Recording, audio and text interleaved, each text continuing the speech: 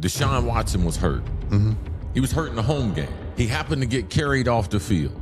Yep. He tore his Achilles. Yep. Do you know the fans cheered? How quick do you think their trigger is going to be with Deshaun if he doesn't play well? It's one of the most real days they will ever have in their career. The dreams that their families have of this are going to hit a serious wake-up call. Joe Burrow said, I'm just tired of saying next year. Do you think this is like an ultimatum from Joe Burrow to the organization, to himself, to his teammates? Cowboys and Saints had a joint practice. Punches thrown, helmets ripped off. First dude who tried to jam me hard, I'm going to ragdog his ass. Did you could see be how out. far he threw his helmet afterwards? Yeah. I mean, I was looking to see if the dude's head was still in there.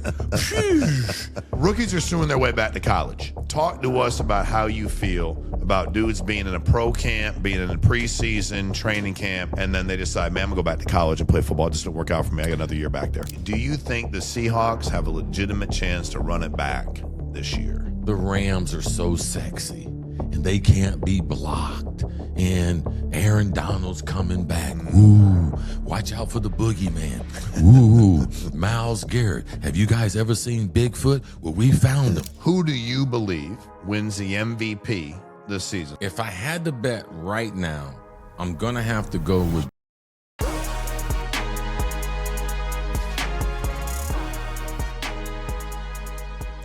All right, welcome to Fully Loaded episode 114. Cris Carter, Shawn, Meaike. How you doing, my brother? I'm doing really good. Now, we've done 113 Yes. of these with Andrew.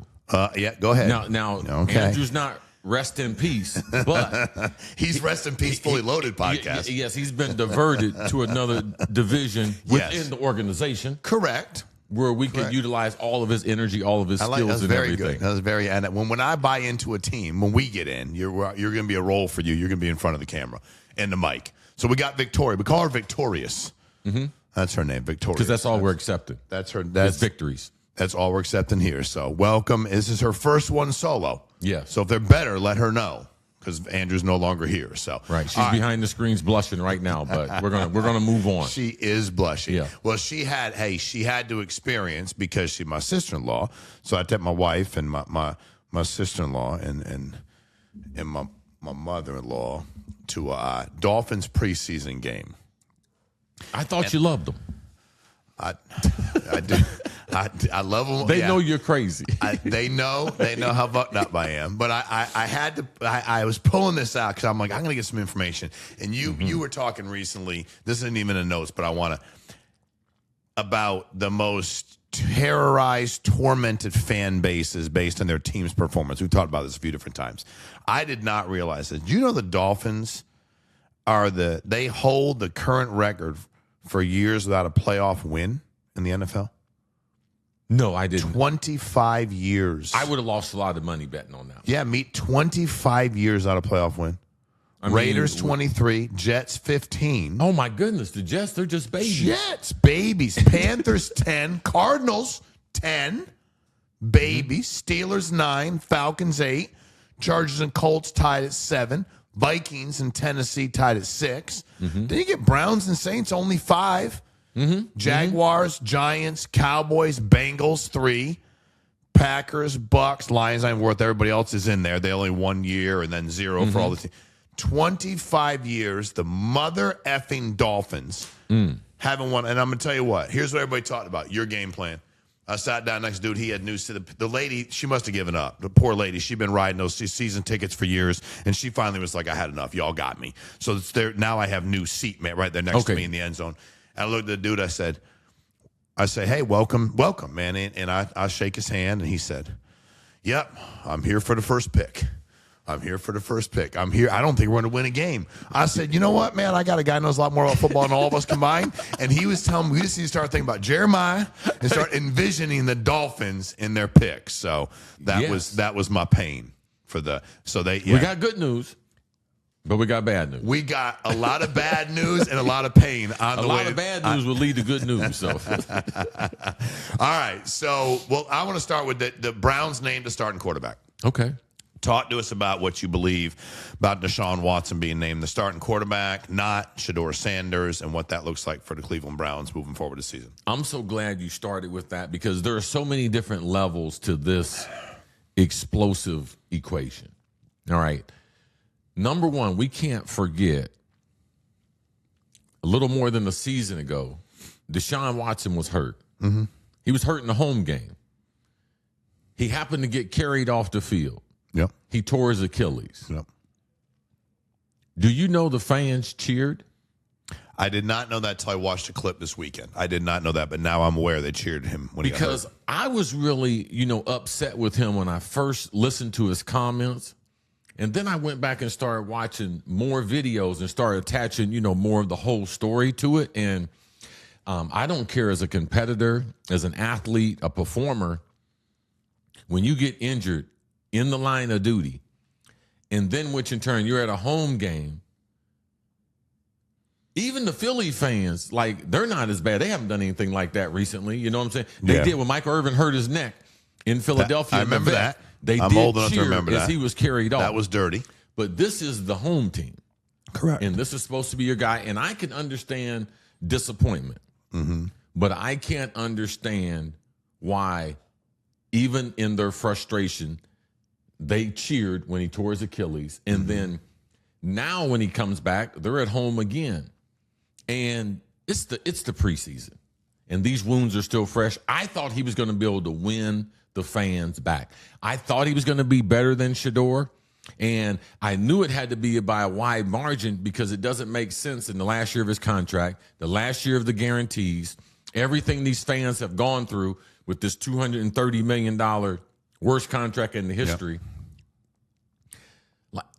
I could see both sides, but I can understand why the fans are disappointed. Now, I still wouldn't have cheered when he got hurt. Not an injury. But I would have still been upset because we did not get the great player that we thought we were drafting for. Correct. And we lost out on all those draft picks and everything that we could have had. So for him to be named the starter, he must be significantly better than Shedeur.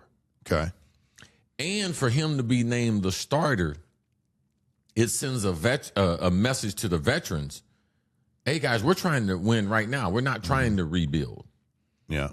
So it's a very, very difficult equation for a first-year coach to be able to solve, but he inherited most of this problem. He didn't draft any of these guys. Mm-hmm. So for me, I want to see both of them play. I know there is no world that exists that Deshaun Watson gets a contract extension. Mm-hmm. So I want to do what's best for the locker room, but I have to do what's best for the team and for the future. And what's best for the team in the future is Shedeur. Correct. Because you can't continually go into 8 or 9 home games and you got the dog pound. You got people spending their hard-earned money, been waiting around all week. And then you send out a product that before the first snap, they're going to be booing them. So what does that say to the other players? What type of environment does that create in your home stadium? Now, if you tell me, okay, they go on the road 3 of the first 5 games, and because the schedule is tough, which it is, then I could see the veteran player being put in there. But he must be so much better than Shedeur for him to be able to make this decision, especially after this weekend, what happened and him having a poor first half, quarter and a half, and the fans booed him or booed them and him at halftime of the game. Well, I mean, I watched his comments not knowing he ever got booed for getting hurt. And I was like, dude, you sound like a fucking crybaby. I'm going to be honest with you. That was my response when I heard him complaining, because I'm like, you also have to understand as a fan, But you also have to acknowledge that his excuse was to the Browns fans, it's not about performance, it's personal. Well, either one, they would have been right. Correct. Because your personal shit was worthy of booing. And you didn't handle it well also in the media, because I'm watched every comment he's ever made, but there was never this acknowledgement of, hey, man, I got a lot of fucked up shit I got to fix. I made a lot of mistakes. That's the thing about people is we're pretty unbelievably obnoxiously forgiving because we're people. But we don't is hey, this all got messed up. It's I do not. I don't okay, y'all are mad. But, and I think for me as a fan, you have to understand, dude, we can't go boo the GM and you the dude they traded for and screwed up all our draft picks. So you get in the field, we expect you to be really good. And again, but to your point, I agree. Because I'm thinking if I'm the coach and I get to march either one of these guys out, I'd rather march the one out the fans and they want to see Shedeur. Like the Cleveland fans want to see Shedeur, correct? Like they want to see him behind center. And you know what? What a lot of people won't point out is you know who handled it really well with the media was Shedeur. Because when we talked about he backed Deshaun, he didn't dog him. He just kind of, I don't know, man. He's handled that part right. Obviously, I'm not in camp and I'm not a quarterback evaluator, but we're going to see what happens. How quick do you think their trigger is going to be with Deshaun if he doesn't play well? I mean, it's got to be relatively quick. Yeah. Like, he does not have the typical first month of the season. Yeah. And with not playing with a lot of starters in the preseason, man, you don't know what you're going to see week number 1. Yeah. So I believe, man, he's probably got 6 quarters, 7 bad quarters in him. So if he plays bad the first game, correct, and at halftime of the second game, yeah, like you can look for them because they're at the end of the rope on this. You know, it's last year the contract, last year the guaranteed money. Those picks aren't ever coming back. But I am going to say that in the spring, I thought he had some football left in him. And I thought he was going to be better than Shedeur. I didn't think the margin would be as wide as it is because given all the other things. Have you heard that it's wide throughout camp? Outside of the decision that was made, have you heard? Well, this is the thing that I know. I've been in a lot of team meetings, coaches meetings, where the coaches really couldn't say everything that they wanted to say, but based on the decisions they make and the plays they call, they tell you everything. Got it. So in this situation with Shedeur having moderate success in his rookie year, given the way he's really turned, I'm not going to say turned things around, but he's really matured as far as being the franchise this offseason, committed to working out, committed to getting better at his craft. Like, you have to be able to give him credit for that. And for him not to win the starting job, it's all X's and O's. It's all football. Like, this first-time head coach feels like, I mean, his record is 0-0 right now. Correct. He feels like I have a better shot for Deshaun. My career with Deshaun. Correct. So that says something about his football eye, and it also says something about what Shedeur has not done to put the adequate type of pressure that would allow you to go to a guy that's being paid like a 6th-rounder compared to a guy's in the last year of $230 guaranteed. You know, it's funny because I remember who the player was I brought up probably 50 shows ago, and you laugh. You're like, dude, isn't it funny? Like, there's no coach that ever woke up and wanted to lose, number one. And no coach in the NFL that ever is waking up thinking, man, screw these guys. I just want to lose. They put the best players. Even they got Brian on the field. Flores, allegedly, the owner was going to pay him more money to lose. And He was like, hell no. I'm not. It's different cats. That's in right, the dude. NFL. 100%, bro. And it's a different game. Not built to lose. Hey, football to people. Dude, I was talking to a guy the other day who's a high school football coach. And it's a long story. And I'm like, Coach, are you serious? Like in the state of Texas, when I watch these movies, they're joking, right? When they put their for sale signs in your yard, like they're joking. And he's walking me through the 5A, 6A, the whole. He's like, didn't you know? He said, son, football is life and death at every level. At every level, football is life for the people watching it. Yes. And the people, it is like, hey, there ain't no baseball coach out there. In any high school in America, it's like, man, we had a tough season, and I woke up with a for sale sign on my lawn. No. No. It's just different. They're just different people. So, hey, that being maybe said, in the Dominican Republic or something like but that. not South in the U.S. America. Sorry. In the Dominican, yes. They know we play no football. But the United States of America, no. Nobody's done that. All right, guys, so we have a ton of merchandise you don't want to miss out on. Hats and shirts and vests and everything you can imagine. We love these hats. Chris loves a hat. That looks good on you, bro. I need a bucket. I got all this hair. Hey, can we get a bucket? We're gonna add We're gonna add bucket. I need a bucket hat too. Anyway, to wear. I got the golf shirt. I got the hoodie. You got the golf shirt. Look at that. You got the hoodie. Got the mug. Hey, you want to look like Chris Carter. You want to have some of that stuff. It don't fit everybody exactly the same, but we got in there. Click the link in the bio. Grab merchandise from Fully Loaded. You're gonna love it. And if this fits my head and Sean's head, it will definitely fit your head. There is zero chance your head's bigger than ours. So if this fits us, it'll fit you. Let's go. Click on the link. Get the Join merch. us. All right, so Cutdown weekend, 1,180 dreams in 24 hours. Was it this past Sunday at 6 p.m. every football team had to get to 90 players for 53, or is it next weekend? No, this weekend. Then next weekend they got to get down to the 53. Okay, so they got to get down to 53. Yes. From 90 to 53. More than 1,000 careers will change in a single day. The league moved the 53-man roster deadline to 6 p.m. on Eastern, August 30th. First time in years the Cutdown lands in the weekend of the final preseason games. Every team must make 37 cuts to get from 90 to 53, roughly 1,180. Yahoo Sports claims waiver claims clear at 1 p.m. Eastern the following Monday, and the 16-player practice squads that form in the following days are stocked largely from that same wave of cuts. Can you now that's the cut yeah that sent me to the Vikings. That was just going to ask you that. Okay, well, so that cut, explain what happened. Explain. The final cut down day. What now, year is I this? was in the last What year year? of my contract. It was going into my 4th year. Okay. I had started 32. I had started 34 straight games. Now I missed the whole month of the season, my rookie year, Okay. with supplemental draft, Yep. and then we went on strike after 1 week. Okay. So I basically missed the first 10 weeks. Got it. The next season, I was a starter. Okay.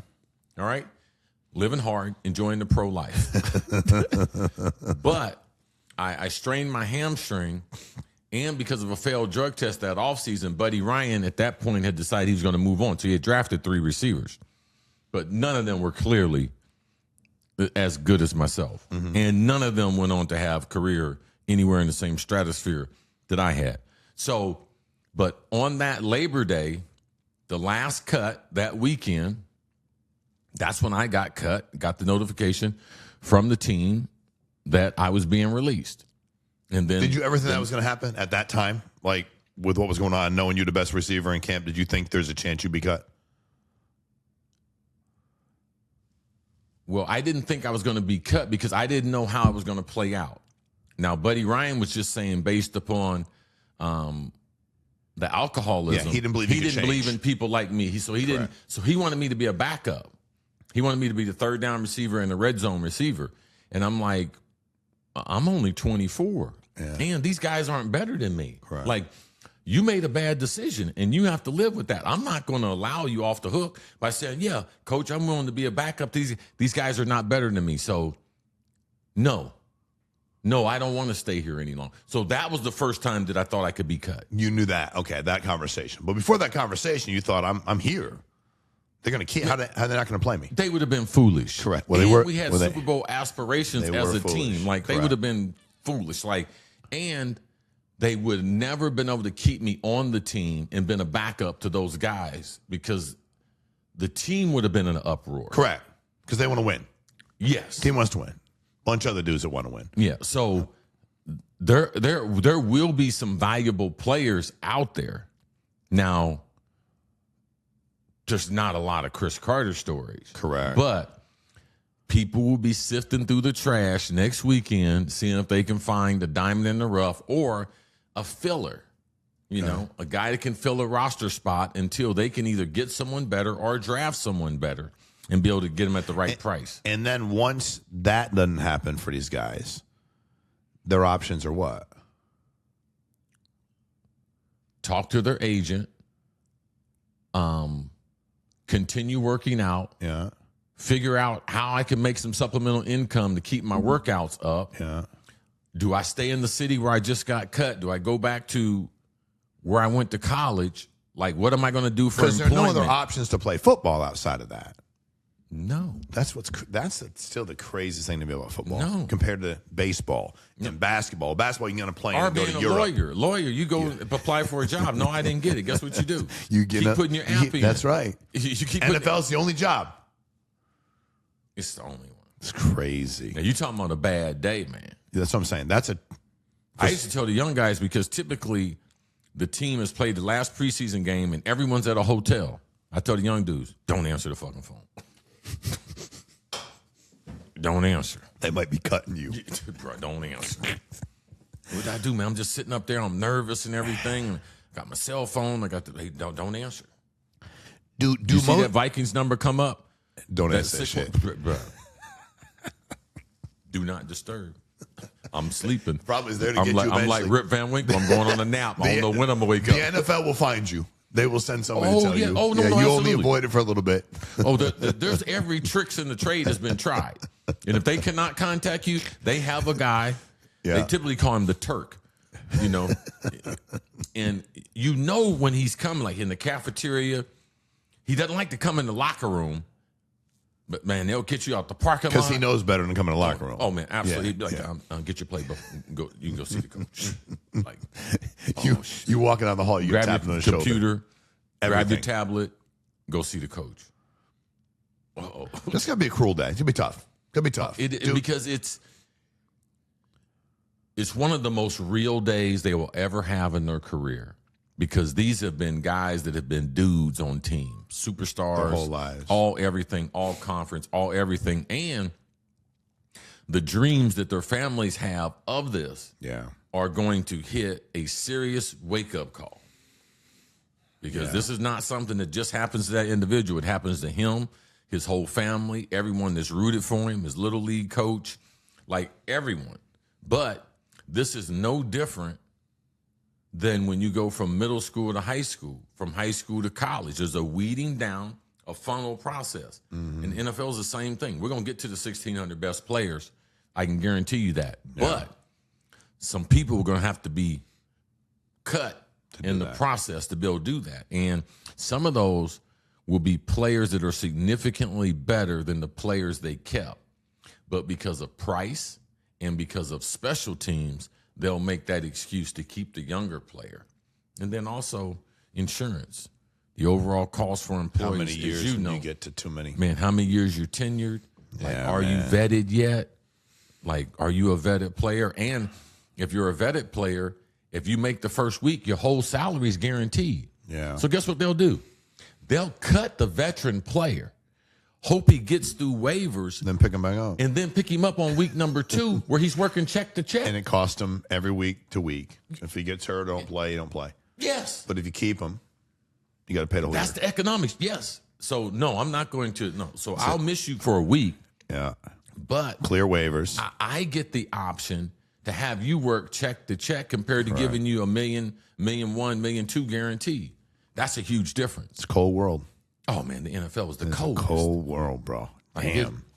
It's the cold. I remember my buddies in Philly, when I got cut, everybody was like, oh, Chris, you're going to get claimed tomorrow. Man, we went out, we partied. We went to a place in Jersey called, I think it was called Ishante's. Man, they had the most beautiful collection of women. It's on one of them little circles on the 70 circle, right by Cherry Hill.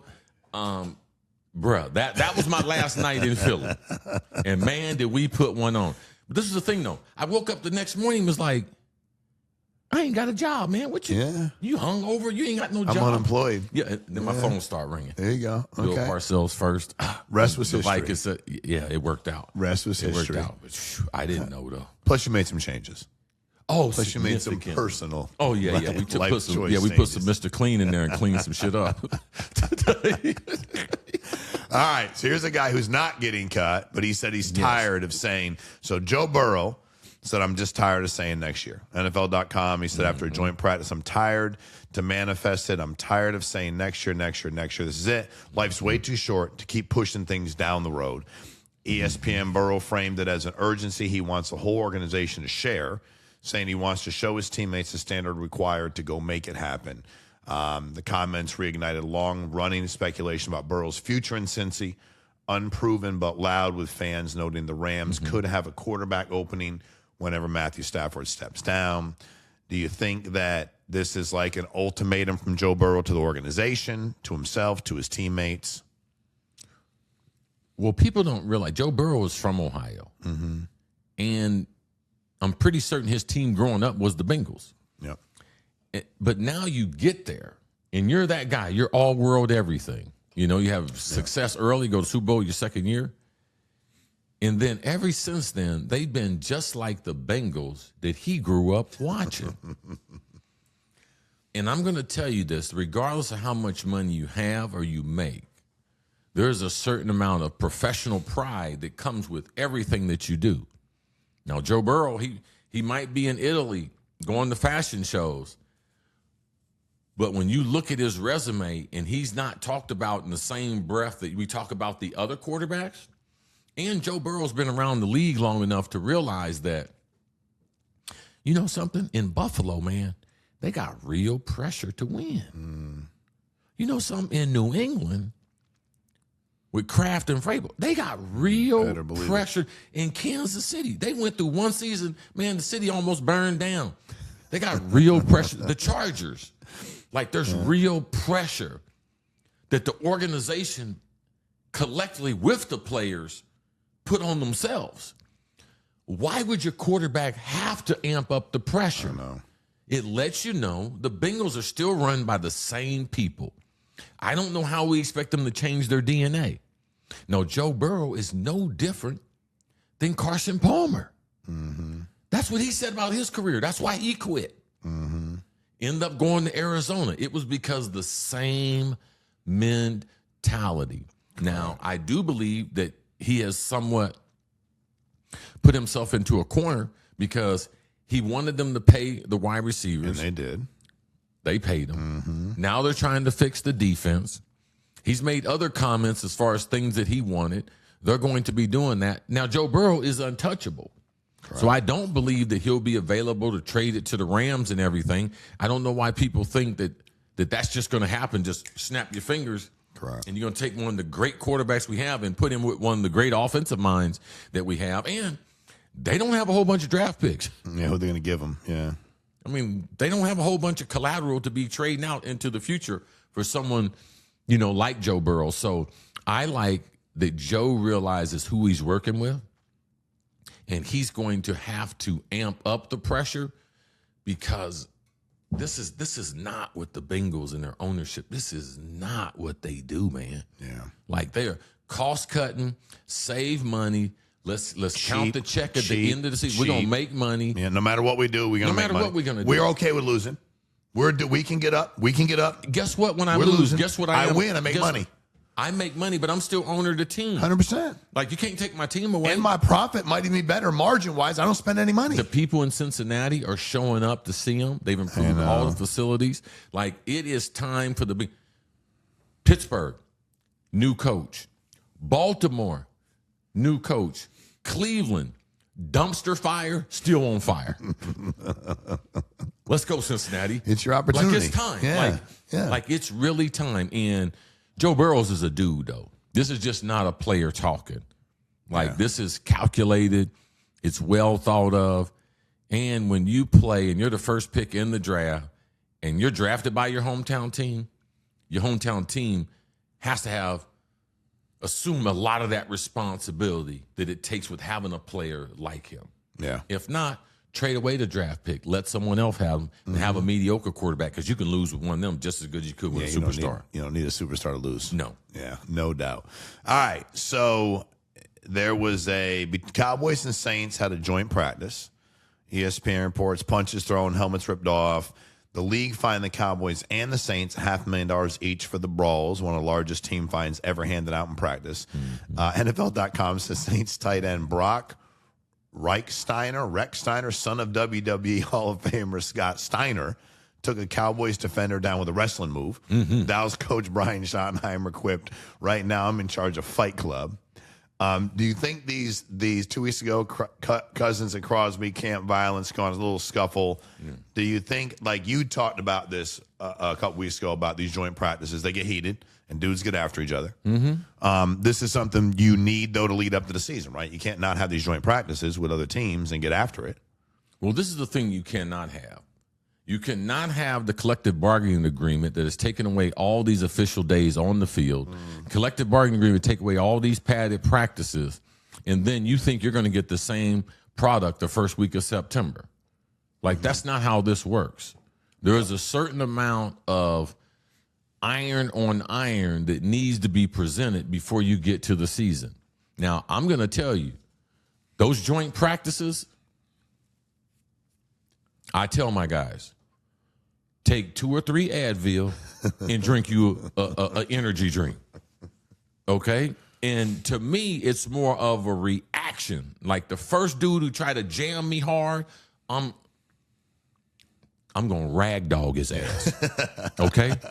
And I'm going to let the other younger players see how I go about joint practice plan. And they're going to have some veteran players, And the veteran players know man to man, okay, man, we're going to play this. It's going to be good competition. You're going to win some. I'm going to win some. But we're going to dap it up at the end. Mm-hmm. It's mostly the players trying to prove themselves or the players that play on edge, the players that have a hard time practicing with their own team. Yeah. It's almost impossible to practice with another team. But what I think should happen is the coaches and the players should come together before and tell them, this is what we're trying to do. All right? We're going to be competitive, but not combative. All right? So we are going to get to the edge of our frustration, and that frustration is not going to boil over because guess what? It's not good tape to see in the summer. Bunch of old guys. And, man, you can really hurt a guy. No doubt. Like, if you snatch a guy by his helmet. That dude he snatched up and threw that, and like, he could have hurt that dude. Oh, that did you see how far he threw his helmet afterwards? Yeah. I mean, I was looking to see if the dude's head was still in there. Like, it's a lot of money, man, if you can't play the game of football. And, so the joint practices are necessary, but you have to maintain a certain level of professionalism because I'm not going to get hurt. So this is what I do. I come in with a certain level of intensity to make sure I don't get hurt. Mm-hmm. And then I'm going to make sure if a dude get out of pocket, I'm going to be going hard enough to know, all right, okay, move out that guy's way or how to protect myself. Mm-hmm. Now, and if anyone wants something, I'm going to give it to him on that day. It's totally different.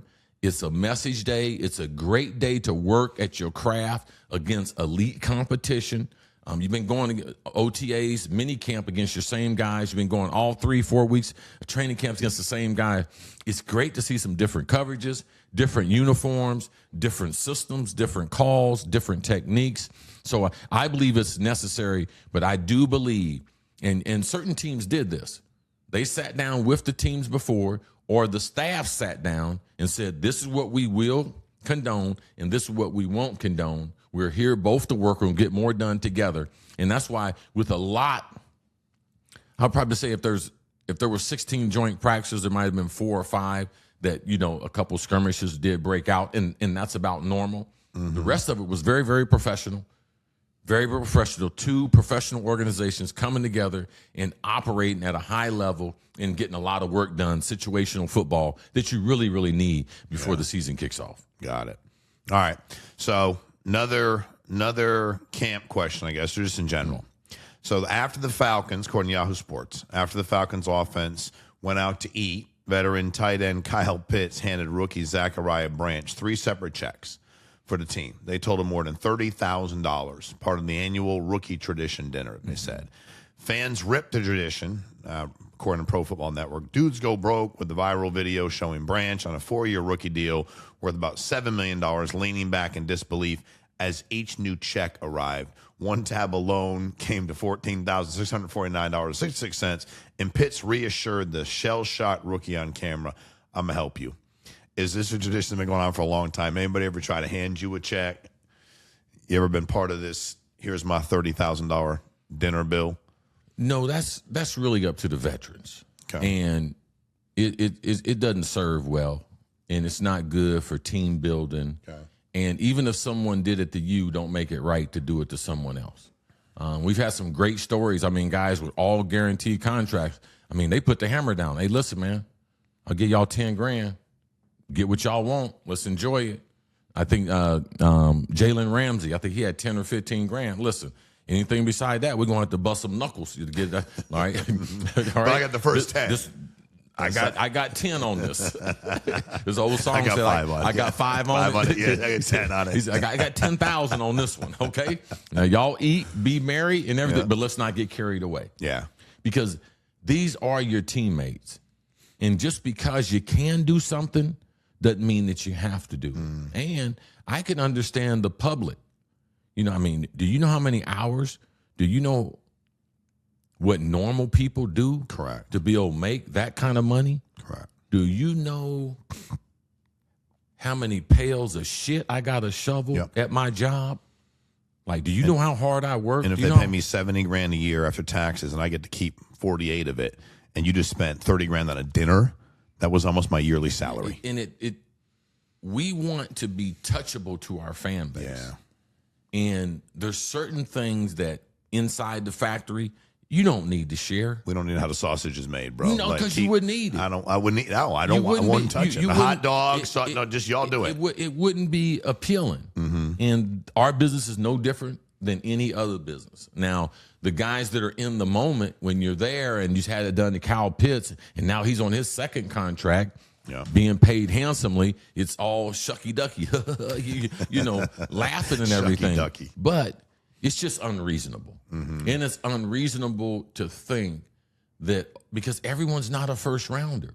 Correct. So now you have your rookies. You got a guy a 4th, 5th round pick. Like he can't afford that. And even if he could, you shouldn't want to take that from him. Right. Like that's not a great. No, I like your Jalen Ramsey. I'm already ahead of you. Here, man. It's I mean, not everything, but here's what I'm willing to do for y'all. Right. Y'all not getting ready to abuse me. But like, I'll throw this in. I want to be part of the unit. Yeah. But I'm not ready to pay a king's ransom to be a part of it. No. Yeah. This team drafted me. I didn't choose to be here. Correct. Now, this is my contract. I know some of y'all are jealous because a lot of the rookies are making more than the veterans. So the veterans take it on themselves to be like, okay, no problem. I don't like the situation, so I'm getting ready to tax you. Correct. No, you can't do that. Like, man, Moss would have had a conniption, man. We would have never what? Straight cash homie would not have been about straight cash homie. Like we maybe pick up a couple boxes of donuts, pick up a couple boxes of Popeye's fried chicken. Yeah. Like no, man.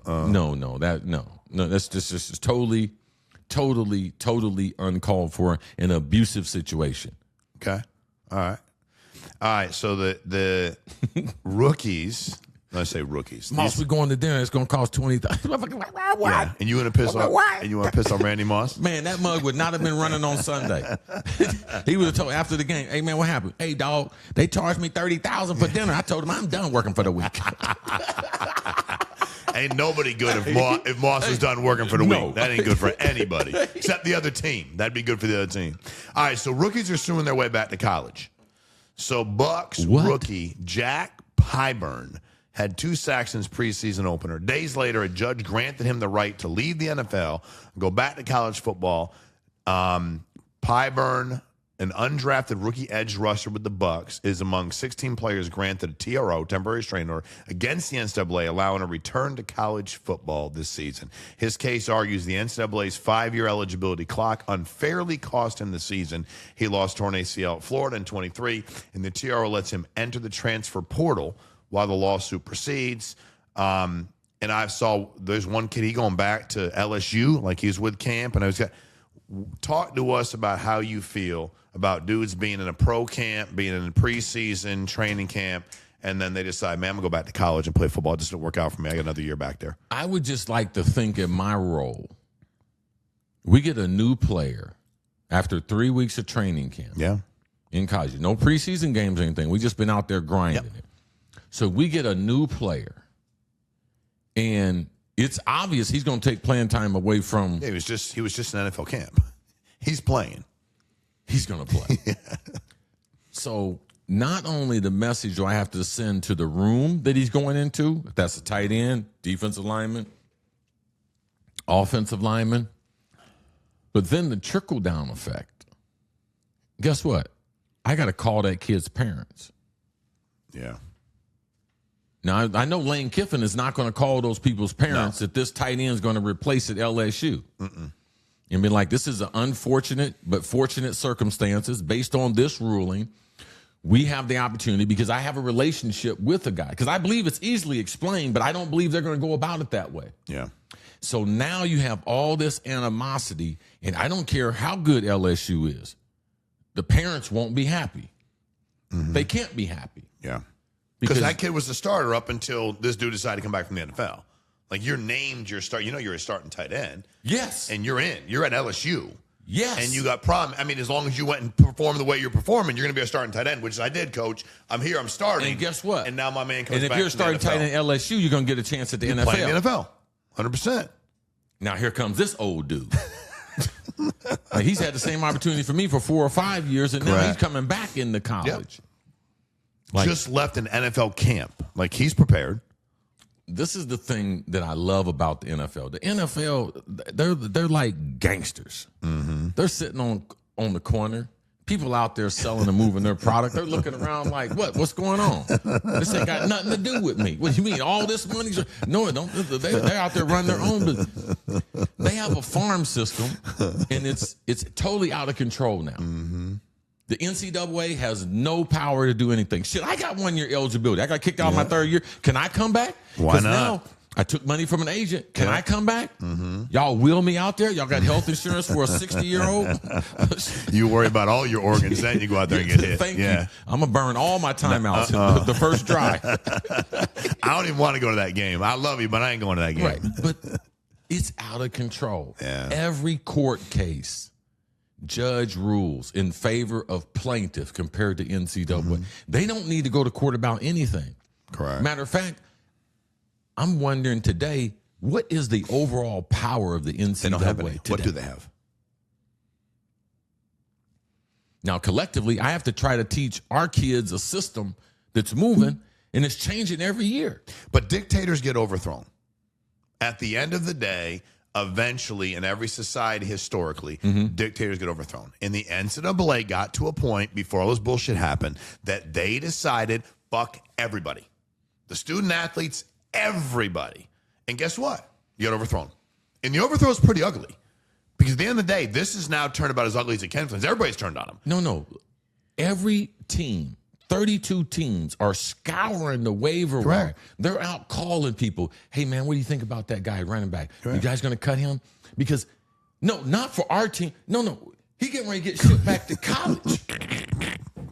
Correct. But the NCAA could have done something about this a long time ago. This is crazy. Yep. Like, this is crazy for me to think Coach Kitley can add a guy that was in an NFL camp who got cut. I wish. Man, let me call the guy. There's a kid that went to Purdue, then he got cut by Indianapolis. You need to call somebody. Let me see if he's got an extra year. I'm supportive if they come to FAU. I'm not in support of it across the board, but they come to FAU, I'm in support of it. Let's see if we can get involved. I'm gonna look at the list. I'm all about getting involved. I'm gonna send you a list. Okay, no yes, problem. And I will help. You run the sponsor? Yes. Okay. 100%. You come on back from an NFL camp to FAU, I'm in.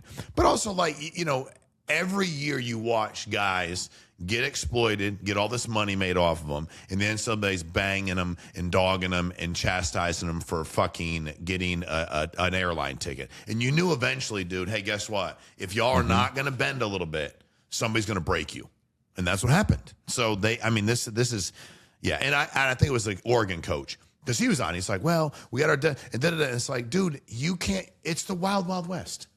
You going to be mad at somebody? Because I agree with you. I'd feel bad. If that was my kid...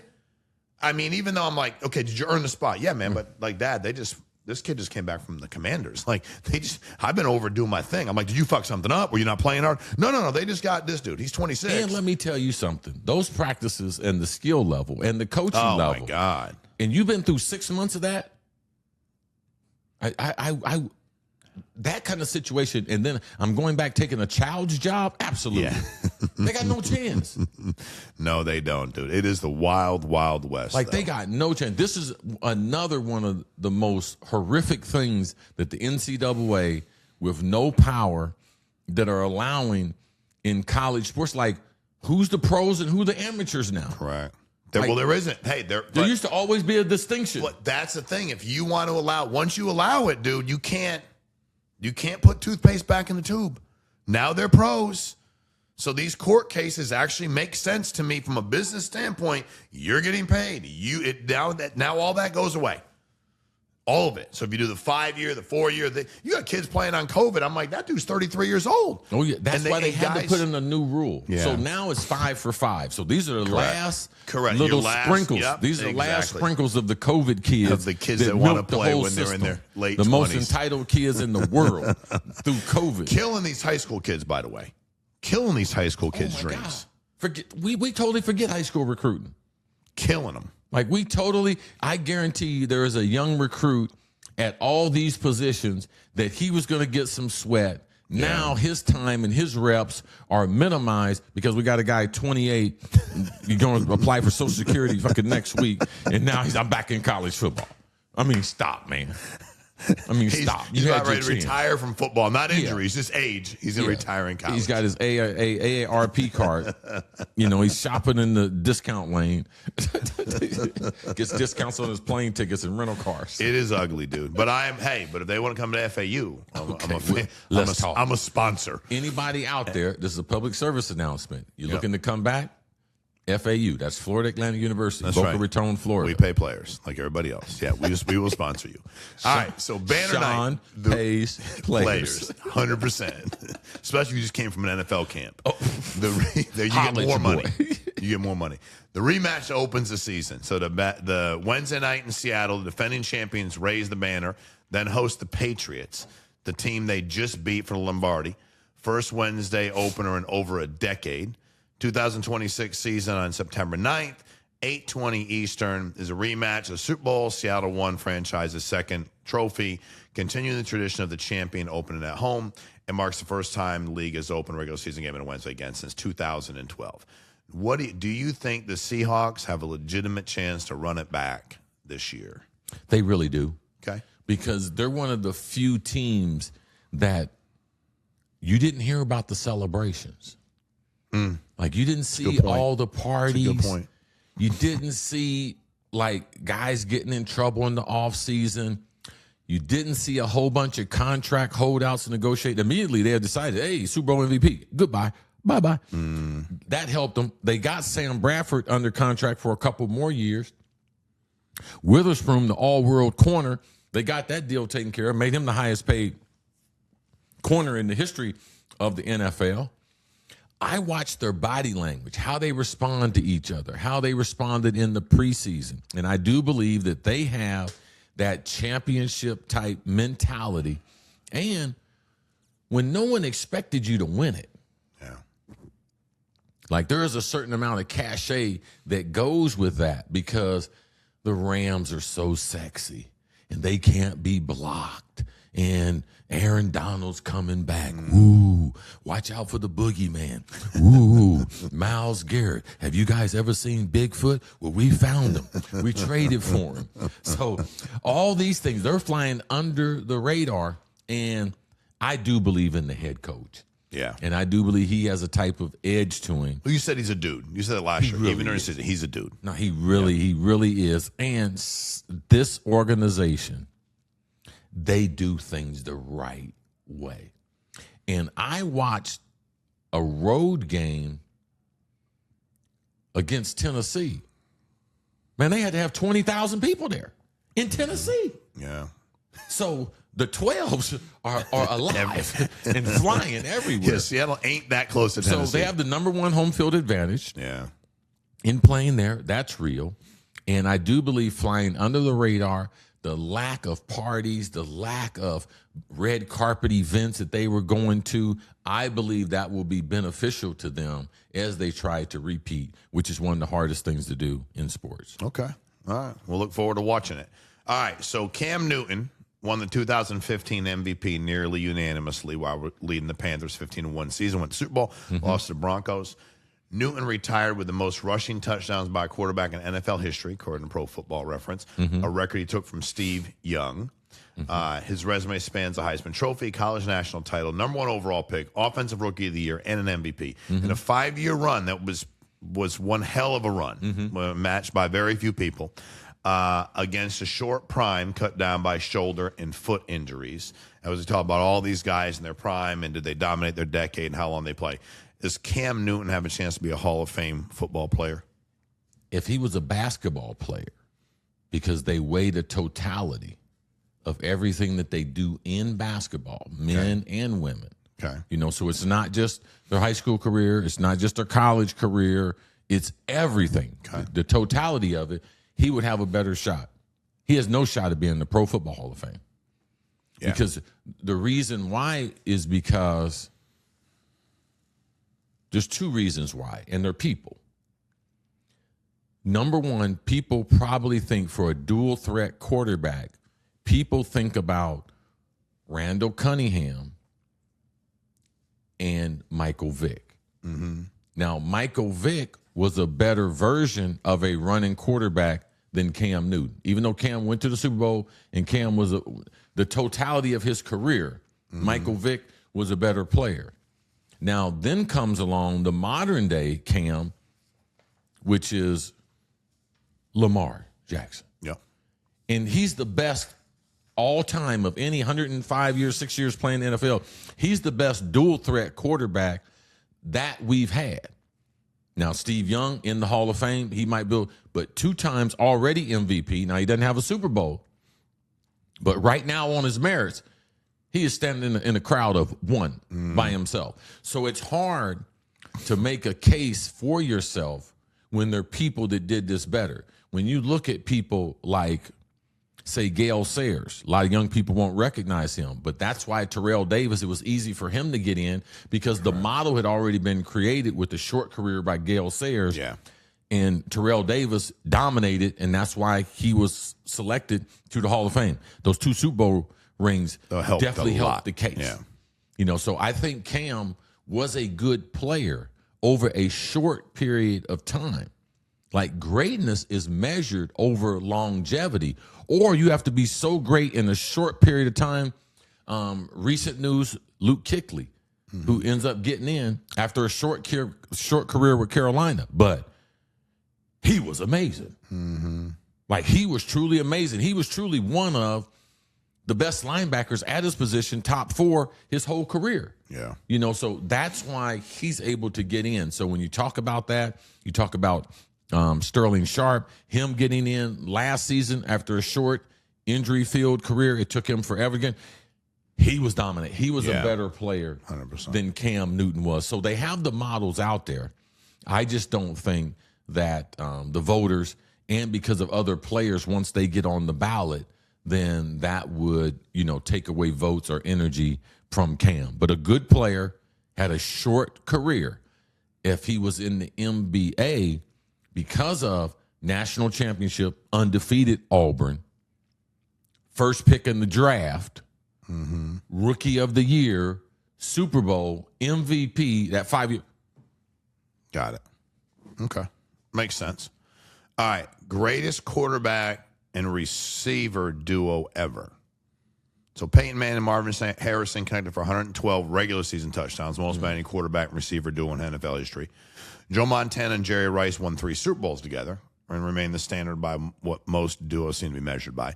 Tom Brady and Randy Moss produced the greatest single-season connection ever, hooking up for an NFL record, 23 touchdowns in 2007. But who does Chris Carter think the best ever quarterback-receiver duo is?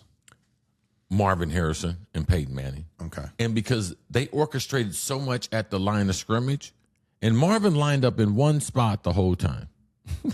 No motion, nor orchestrate, no matriculation of it. Just he's going to line up over there. You guys he's going to be easy to find. Yeah.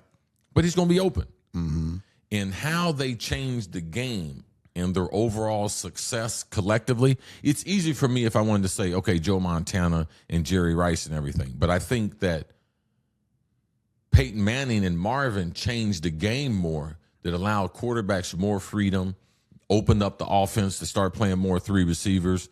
And I still think Marvin Harrison is underrated as a receiver. And a lot of times because you play with someone like Peyton Manning, you know, people try to discredit your success. But Marvin Harrison, man, was a bad dude. Yeah. Bad dude. Senior. No Senior. doubt. Senior. Yeah, let's get that right. Let's see how. Yeah. Don't want no problems with senior. Definitely senior.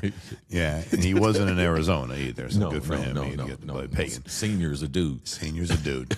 All right. So I like this question. The greatest coordinator, in your opinion, of all time. We had a bunch of people in the comments kept asking us, who do you think the best, who you think the best offensive coordinator, defensive coordinator, special teams, whoever you want to call. Buddy Ryan's 46 defense powered 85 Bears, still the most feared single-season defense in league history. His players carried him off the field every Super Bowl. Dick LeBeau enshrined in Canton invented the zone blitz and coordinated championship defense across 4 decades. On the offensive side, obviously, Bill Walsh built the West Coast offense, the Bengals assistant before even becoming the head coach. But who do you believe is the greatest coordinator in NFL history? You good, Victorious? What happened? Oh, good work. Look at that. Quick. You're quicker than Andrew. Greatest coordinator in NFL history.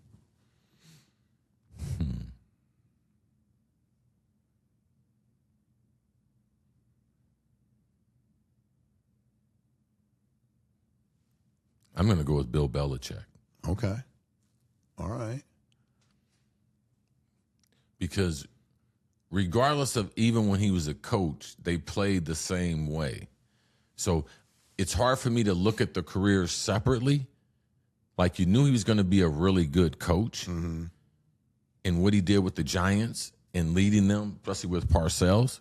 But seeing the way his teams played after that in New England, I think you most people won't consider him, but I do remember prepping, for his defenses. I think a very, very close second, not only on a great player, is Dick LeBeau, what he did. Mm-hmm. I mean, that zone scheme is effective over several decades, and how he did it, and they're not going to pay players in Pittsburgh, and how they would draft and recycle and get guys off the street to be able to make guys perform in that system. I think those things really speak for themselves. From an offensive standpoint, a guy that I got a chance to work with for a number of years is Tom Moore. And Tom Moore also worked with Peyton Manning, worked with Tom Brady. Mm-hmm. Like Tom Moore and his understanding of the quarterback, wide receiver position, the spacing, the timing, he taught me so many things. But also, he's the guy that called me and said, "Hey, Cris, we're going to build this offense around you." So when Denny Green hired him, it was like my whole career changed. Yeah. And then it's not just because he coached me. It's because after that, what he went on to do, and his offenses that he coaches, prolific. I mean, prolific. I mean, if you don't defend it, he will run up the score on you. Yeah. Sound protection. We're going to attack through the passing game, all three levels, and we're going to run the ball just enough when you give us the number account to make it honest, that you're not going to be able to play too much pass coverage. But, those are people that have really changed the overall game, coaching, scouting, how you're going to play, how you're going to defend, how you're going to offensively attack people. Dick LeBeau, amazing, Hall of Famer in himself. Bill Belichick, soon to be a Hall of Famer. They're also going to change the voting this year. There's going to be some news coming out during the season. They're going to get rid of some voters. They're going to change their system. Do you know what's happening already? You can't tell us, but you know what's happening? Do I know? I have information that leads me to believe, allegedly. You beat me to it. Yeah. Allegedly, that these are some of the changes that are going to occur in this year. 2027 will be the first year, and Bill Belichick will get in. Well, he should, yeah. So they're going to eliminate some of the people that weren't doing their job. Did you say terminate? Terminate, yeah. Get rid of, terminate. Yeah, they're going to terminate. Eliminate. They're going to eliminate. Sorry, they're going to terminate some of the people that weren't doing their job. The fair. We're going to make some adjustments. Okay. Fair enough. Subtraction and addition. Fair enough. And some terminations. All right. Yeah, however you want to, but they got promoted to something else. They are no longer with the organization. No. So move to a different department. Andrew. Andrew. They joined Andrew. All right, one more before we get to comments. So last question before we get to the comments, Cris. Who do you believe wins the MVP this season? So Matthew Stafford enters the season as the reigning MVP, opened his campaign against the Niners in Australia. Josh Allen, 2024 MVP, spent August wearing the criticism of another 99 club selection without a ring and the exact narrative MVP voters love to resolve. Lamar Jackson enters the year ranked number 69 by his peers after falling 67 spots, the most disrespected two-time MVP in the history of the player vote, allegedly. Who do you think, and somebody else, who do you think wins the MVP if you had to bet on somebody right now for this upcoming season? If I had to bet right now, I'm going to have to go with Josh Allen. Okay. Because the changes that they made, he's so familiar with the changes. I do believe as a team, as an organization, they'll have some juice with that new stadium. I mean, the fans, they will be pushing Buffalo this year. And he is in the prime. Yeah. Like, the game has slowed down to him. Anytime he goes on the field, he is either the best player or the second best player on any field that he goes on to. No matter who he's facing. Yeah. It's not going to matter. If they play against the Rams, you pick and choose. You tell me. because both of those guys on the Rams, that being Myles Garrett and Matthew Stafford, to me, neither one of them is a better player than him. And even if Aaron Donald, if you throw him in there, because they're one of the most talented teams, if not the most talented, talented team, that he has that type of talent. Will the receivers, and then I got a special eye on Keon Coleman, the receiver that struggled. Look for him to emerge. Look for them to try to give him a rebirth. All right. He's been doing some exciting things during training camp, a lot more consistent, and just a little more mature than he had been his first 2 years. So look for that to happen, but just a margin. And besides that, I'm going with Lamar. I believe they're going to have a great year. I like the transition from Harbaugh. They needed a fresh voice in there. I like the voice they brought in from L.A., from the Chargers, a guy who's familiar with Baltimore, has been there before. So Lamar and Josh, I got to go with them. Last year, they were the two top candidates besides Stafford, and leading into the season, I'm going back with them because their window is still wide open, and both of them have a little edge to them and something to prove. Good to know. Be one hell of a season. Comments. Dre Snake, 8468. Love you guys. Been here since episode 1. The show tops out here now. Rams versus Titans Super Bowl. Should get honorable mention, in my opinion, as the best game ever played. Aaron McNair and the Merry Men, Eddie George, and them damn near took down the greatest show on turf. It literally ended with Dorsey stretching for the goal line win, coming up 1 yard short. It was bananas. No, it was a great game. It's not one of the greatest games ever. But you have to be a Tennessee fan to even think that. That would have been one of the huge upsets, but you can't even judge it. I would say that they potentially to be a top 5, top 10 game if they win. But 0 if they lose. Because the team that was favored to win, and they didn't play a great game, they were able to pull it off. Yeah. So the greatest show on turf goes on. That was a good game, but I do remember that game. All right, and he wasn't that close at the end. No. It was more than a yard short. In fairness, he said stretching for the goal line. He could have been. Oh no, he did say come up 1 yard short. Yeah, you're right. Yeah. It was. Hey, but you remember the way you want to remember for your team. Oh, absolutely. It was 2 inches short, bro. Just like that. All right. Chicken Pot Pie 4, which is one of my favorite handles. The greatest running back of all time is Walter Payton. Okay, measured on what though? Just toughness, grit. I like Walter. I mean, Walter's going to be in the conversation. But running backs also have evolved. Like Walter Payton was not a better running back than Jim Brown. Okay? Because neither could really catch the ball out of the backfield. Both of them ran between the tackles. And then we got players like Eric Dickerson, 6'2.5", 6'3", with blinding speed. So football players do evolve, and the numbers do equate to something. When Emmitt Smith does what he does and the way he did it, and as a Super Bowl champion, I don't know what else he could do to be the greatest running back ever. Catch the ball out of the backfield, durable, great teammate, stand-up guy. Like, what else do you want? Great high school player, great college player, even better professional player. Right. A guy with a vision. The first night before his first game with the Dallas Cowboys, Michael Irvin doing Michael Irvin stuff. He's ranting and raving in the room because they're roommates. He's going back and forth. Man, I can't sleep. Man, I'm so excited. And then he's looking at Emmett. Emmett's a rookie. He say, hey, man, why ain't you nervous? He said, man, I'm going to sleep. I'm going to get me a good night's sleep. And tomorrow I'm going to wake up and start on my quest to be the greatest running back ever. And went to sleep. And then he put him to sleep. Yeah, man. And then he put it down. Yeah, he did. So not only collectively with the story, not only because I know Emmett, not only because I know Michael and I know the stuff that they had and what it really takes to be great, and they did all those things, his numbers are undeniable. Correct. No doubt about it. The film is undeniable. No doubt. And the Super Bowl championships are just the icing on the cake. Yeah. Okay. Anthony Smith, WU9IX. People forget how good a blocker Emmitt Smith was. He was a 3-down back, short yardage, could not be stopped, could break away for 50. Barry could run, but he was never an every down back. No, Barry is an every down back. You got to stop that. Like, no, they didn't have an every down quarterback or an every down coach. Yeah. Barry Sanders you are an idiot to take him off the field. Correct. Completely. Okay? Because he catches a screen pass. He catches a little swing pass in open space. Yeah. Now, if you blitz him, now Barry is not going to sit in there and block like Walter, like Jim Brown, or like Emmett. Like, he is not that type of running back compared to those other guys.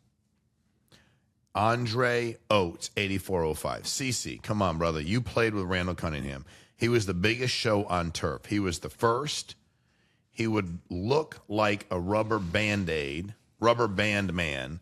Come on, bro. Give Randall his due. I think he meant dude. His due. Dude, he was the first in the NFL. I'm talking about he was prime time, man. He was, you know what he was going to do. Give me his dude, brother. Come on, man. Randall deserves that love. Love, and by the way, love the show. Okay. First of all, I have love for Randall Cunningham. But when you're talking about quarterbacks, you have to keep things in proper perspective. Randall played in the same era with Steve Young. Okay?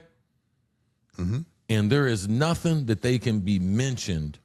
Like, Randall might have a few more running touchdowns, a few more yards. But when you look at Steve Young's passing yards and accuracy on top of the running, then you realize, wow, there really is no comparison. And Randall was never a high completion guy until those 2 years in Minnesota. Those are the only two. Mm-hmm. And those were the most successful that he had. And he had 2 Hall of Fame wide receivers. So besides that, when you look at the numbers for Randall Cunningham, they will speak for themselves. So I'm not bashing Randall Cunningham. Look at the numbers and read the numbers yourself. And if the numbers tell you that, then get in the comments and tell me. Correct. But I've looked at the numbers. Until then. I was a part of the numbers. Correct.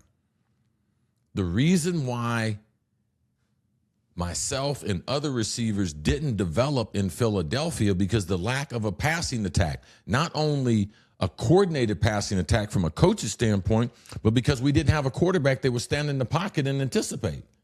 So you cannot grow as a receiver unless the quarterback has that skill level and that anticipation. And Randall, early in his career, didn't have that. Later in his career, when we got him, all right, and we had the talent around him, those were the best years that he had playing. And that was only 2 years. Correct. Okay. Terrence Boone, 5206. I was there. Mendoza will be a bust. Mark my words. Okay, but based on I know, what? based on what? Like, it's always guess got. what? Mendoza will be a bust. Mark my words. Okay. Which I don't remotely agree with in any capacity. He's a great guy. Yeah. He's 6'5", 6'4 and a half. Yeah. He's got an unbelievable arm talent. Yeah. He's got Tom Brady owning a team that he's a part of. Correct. He went through a schedule this year, not the first part, but at the end, they beat whoever in college. No doubt. They beat everybody. No doubt. Beat Ohio State. Yeah. Everybody. Drubbed Alabama. Yes, they did. All right. Oregon. Mm-hmm. Like Miami. Handle Miami. Like you can't, undefeated season in Indiana. Yeah, okay. I think it's, Okay. Excuse me. Bless you. Bless the comment. The guy that made the comment. Okay. Yeah. All right. Typing. Gee, that hurt right there. That was one of them old cocaine sneezes. You have to understand, when you do a lot of cocaine, there's not a lot left in there. It hurts. There's not a lot of padding left. It hurts. People are like, you got deviated septum. He tells me based on a friend told him. Yeah, I just heard from a friend. No, it's because my nose is like that from cocaine. So I was watching the other day. She's like, is this snowfall stuff real? I said, some of it's not, but that shit's real. The other stuff's real. The way they cook it up, that's real. And the way she's acting when she smoked it, that shit's real too. All right, Typing Chimp is this guy's name. The most underrated sports show on YouTube, bar none. Oh, thank Chris you. Carter is a sports legend and my favorite commentator, and Shawn Meaike is an incredible partner that asks intelligent, well thought out questions, gets out of the way. I like getting out of the way. Yes. Stickler 1010. I just recently discovered the show. Best no bullshit sports show on the air. Jesus Carrasquillo, 6306. I probably mispronounced that. I apologize if I did. This top 3 sports show in America. Did he mean to say Jesus take the wheel? No, definitely not. Jesus Carrasco is definitely not. But Jesus should take the wheel. Let Jesus take the wheel. Your life will be better. I promise you. Top 3 sports show in America. The Masked Patriot, 1714. That's a long one. I got to give Shawn Meaike his flowers. We all know CC is the man. but Shawn is doing this thing right. He doesn't try to steal the limelight. He's not trying to be a Skip or Facts. Stephen A., both of whom easily become the story instead of being reporters. Shawn is playing the role he was given and playing it well, perfectly, in fact. And because Shawn doesn't get in the way, we get CC's knowledge without drama, without hype, without clickbait. We just get to lay back and absorb real sports knowledge and opinions. I, for one, love it. I need it. I'm growing so tired of the shows that are nothing but ex-players arguing or placating each other. I want to hear about football, players, team strategy, rookies, veterans, all of it. I don't need a host who tries to be a superstar. I don't need a host who tries to show up the ex-player or create fake drama in the long run. Guys, this will last and will continue to grow where the other ones the others get more and more ridiculous. I'm proud of y'all. I'm absolutely a P1 piece. P.S. A P1 is from KTCK 1310 Sports Radio in Dallas, the greatest sports talk ever. P1 is program 1 on your radio dial. Fully loaded is the podcast version, the best. And that's quite a comment. Thank you to Mass Patriot. That's definitely one of the best comments. That's the top 5 comment. And that was with some research. That was well thought out. Well, listen, man, we appreciate you, the Mass Patriot. We appreciate everybody. Let Jesus take the wheel. Chris Carter, I appreciate you. And Victoria, good job on your first show. And we'll see you all next week, man. Thank you for subscribing, share. Please comment. We love reading your comments, whether we think they're good or not. We love reading them. We love having a dialogue with y'all. And NFL we're almost here, Chris. Almost. We are almost here. So we'll see y'all next week.